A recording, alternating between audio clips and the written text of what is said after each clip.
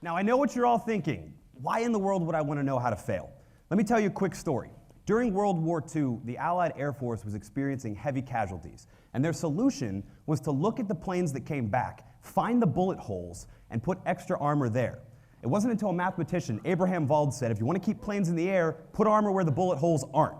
The idea is if you want to succeed, study success and study failure.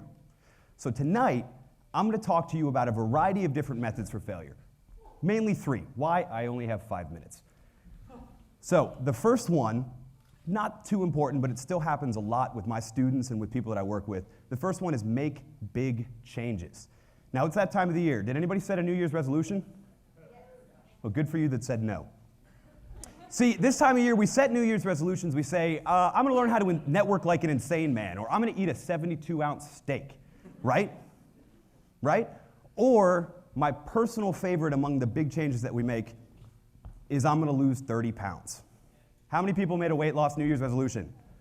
Shame on you. See, what tends to happen is we think about all those workouts. We get on that scale and we look at just how much work it would take to lose 30 pounds, right? And then we go, oh, by about February, we're trying to cancel our gym membership. And see, I'll give you a pass. You're not entirely to blame for this. You see, there's a section of your brain called the amygdala. It's back here. And what it does is it determines threats. It decides whether or not losing 30 pounds is a good thing or a bad thing. And mainly, it decides, I'd rather watch American Idol, even with Ellen DeGeneres. Excuse me. The solution then is a principle called Kaizen, or continuous improvement.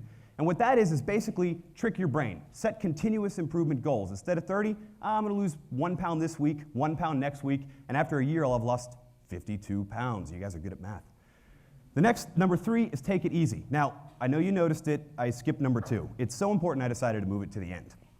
We tend to think of life like, I don't know, the good life would be like a Corona commercial, right? We would just be sitting out on the beach in a little cabana. We'd be drinking our beer, relaxing in the sun. If our cell phone rang, we'd skip it into the ocean, right? That would bring happiness, right? No, one person knew where I was going with this. No. See, there's a psychologist, Mihai Csikszentmihalyi, whose name is so cool, I work it into every talk I give. He developed this idea of flow. Now, you know what flow is. Flow is that feeling of being in the zone where everything makes sense, you love what you're doing, and time just flies by. And what Csikszentmihalyi found, there's that name again, was that you're more likely to experience flow at the office. Shocking. At work, making a positive contribution to the world around you, making a difference. When you're engaged in activities, you're a lot more happy because you're experiencing that flow. So, the last one, the most important one, number 2, fix weaknesses. So you're at work, you're trying to get your flow on, right? And you're trying to figure out how to be happy, and your boss goes, it's performance evaluation time. Time to evaluate what you're good at and what you're bad at. Your boss will say, you're a chain. You're only as strong as your weakest link. And so you did really good here and really good here, but you were kind of bad here. So let's work on this area that year. The problem is, you don't really work like a chain. In fact, your brain is a lot more like, I don't know, a city. A city with roads and highways and back alleys. And those roads represent the synaptic connections in your brain. And after about 13, you have a lot more traffic in some areas than others. And what they found is you get a lot better return on your effort if you're trying to improve yourself if you build on those highways. It's a lot easier to expand a highway than make a back alley into a highway. So the solution is stay on the highway. Play to your strengths. If you're trying to get better at something you're good at. You're wasting your time if you try and get better at something you're bad at. The other thing is, remember that flow Csikszentmihalyi? 3 times now. He found out that you're a lot more likely to experience flow if your work plays to your strengths. It's kind of a no-brainer when you think about it, but it took a lot of publications to get there to prove it.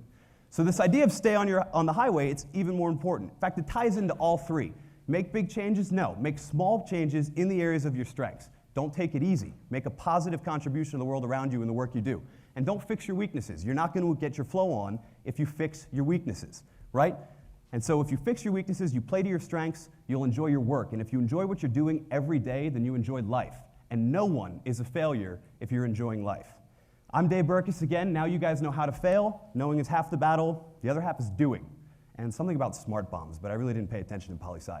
Thank you guys.